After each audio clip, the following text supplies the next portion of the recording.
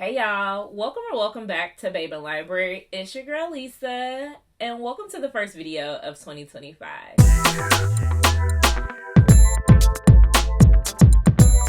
So this is going to be my January TBR. Yes, we are starting off the new year with a TBR, and it's all about reading what you got. Read what you own. This is the challenge for not only January, but for majority of the year.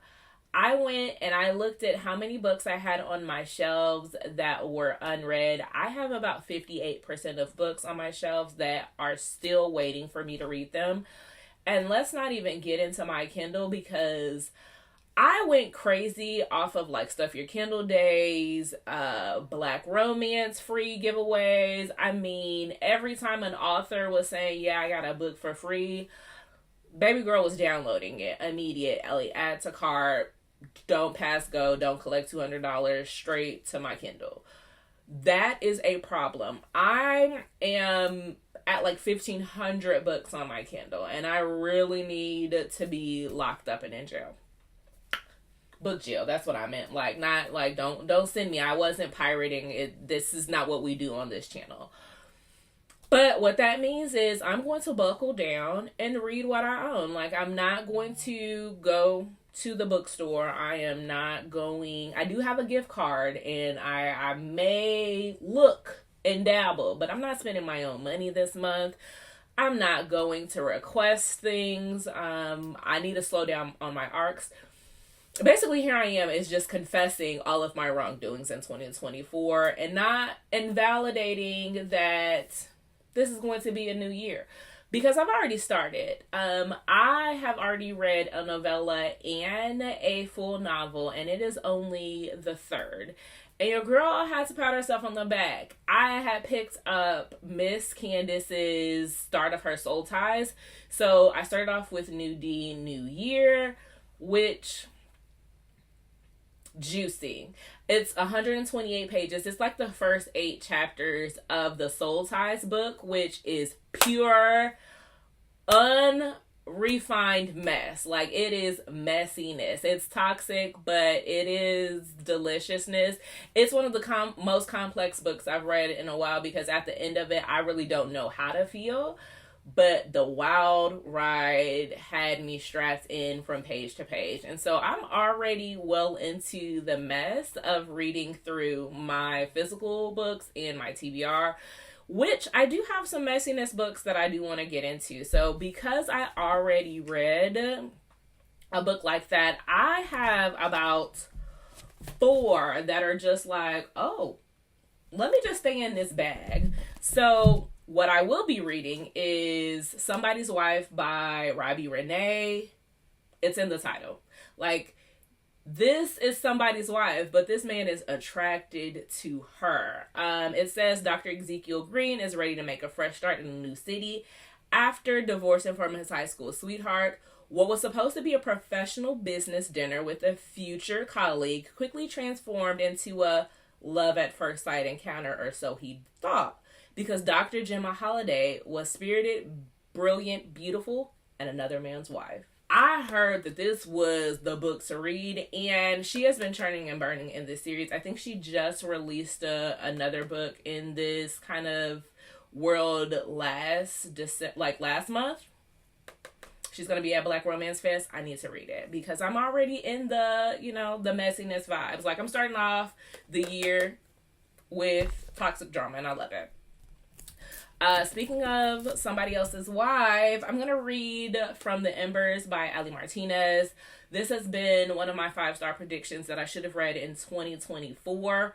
This one was gifted to me, and it's time for me to read it. This is an emotional, angsty romance that stemmed from these 2 couples that lived either in like an apartment complex or next door to each other. Their house is caught on fire. They thought they were saving their spouse when they saved the neighbor's spouse, and it's about them rebuilding from the ashes, kind of coming together and finding comfort in one another and starting a romance from there. So I definitely need to read this and see if it's a 5-star. Again, keeping on with the drama, I'm going to be reading another one from my 5-star predictions in 2024, which is A Love Letter to Whiskey by Candy Steiner. This is the last book that I need to read in order for me to check off my list of things to read in 2024. This one is two friends that have been right person, wrong time after time after time. And it's time for me to read it and see what it's all about. Like, I heard that this is the supreme angst and Candy Steiner really delivers it. And now it's time for me to see if all of that is true. So I will be reading this in January, along with Rosie Adams' The Gift. This was something I had on one of my TBRs last year. This is a story about a woman who decided to be the surrogate for her best friend, because her and her husband were having infertility issues. The wife passes away and she is left with this child and how to raise it, and whether or not, she's going to have a relationship in the child's life, in the child's father's life, how they navigate this new space, and them, connecting and forming a bond with one another and falling in love. So this is definitely something that I want to read, because it sounds like it's going to be an emotional turmoil that I am ready to dive in and embark in. Now, that takes care of majority of my complicated relationships, like that messiness, that should we be together, can we break apart? Because like I said, I started with Miss Candace Soul Ties, and that just put me in this spot that I'm at. However, I do have 2 reads that I have to read this month. One is the follow-up to Daniel Black's Don't Cry For Me. It is known as Isaac's Song. This comes out on January 14th, when he will be in my hometown. I am going to go see him. I already have my copy that's coming in the mail, and I have an art copy, so I do want to read this, because this was one of my top books of, I believe, 2022 or 2023.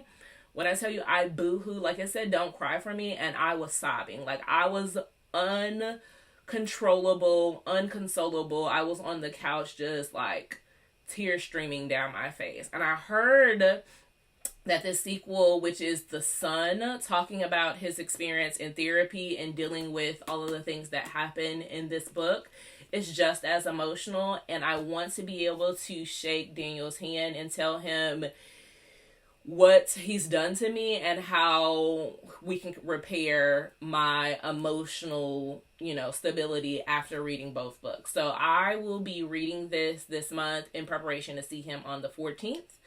I also will be reading Kiss and Spell by Celestine Martin. I am doing this in collaboration with Becky and a few other ladies. This is something we're actually going to have a live show, which will be hosted on my channel on January 26th at 6 p.m. Eastern Standard Time, 5 p.m. Central. We will also be having reading sprints on Becky's channel on the 12th. Same time frame, so 6 p.m. Eastern, 5 p.m. Central. Please feel free to join us. This is something that I have been wanting to do. It is a goal of mine in 2024, or actually it's 2025, my gosh.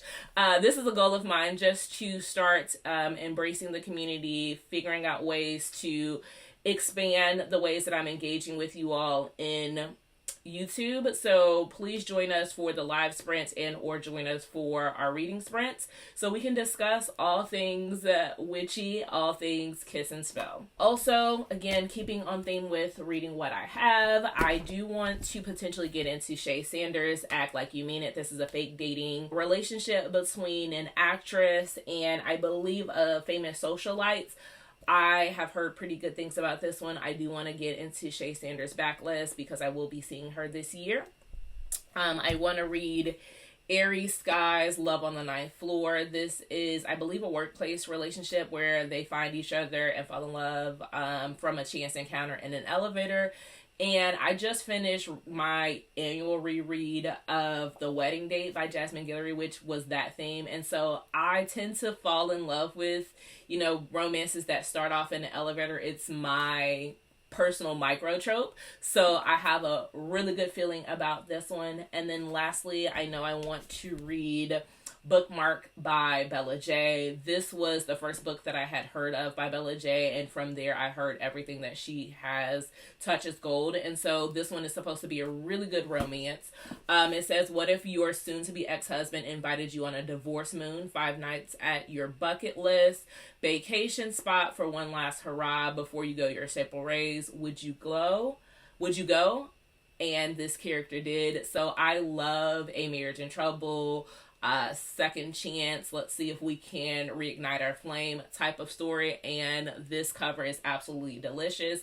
So these are the books that I want to read off of my TBR shelf, try to knock some of them down. There is, like I said, a number of challenges on Instagram. So I will say Sharonda Isadora, who has a BookTube account, she does Read What You Got with Shades and Pages. They have some templates if you want to join and read things down on your TBR and your shelves. Also, I know that Carla and We Read Smut, they are doing a Read What You Own quarters. So they're doing it for the first 3 months. So there's a ton of ways for you all to get involved.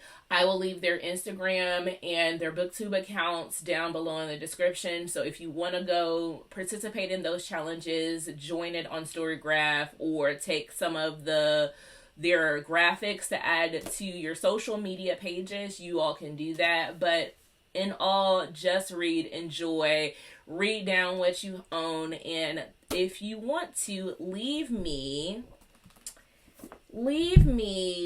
a high-rise building or some sort of building emoji in the comments for Love in the Ninth Floor, or tell me what you're planning on reading in January, what you've been meaning to get to that you're finally going to do in this year. And I'll talk to you all next time.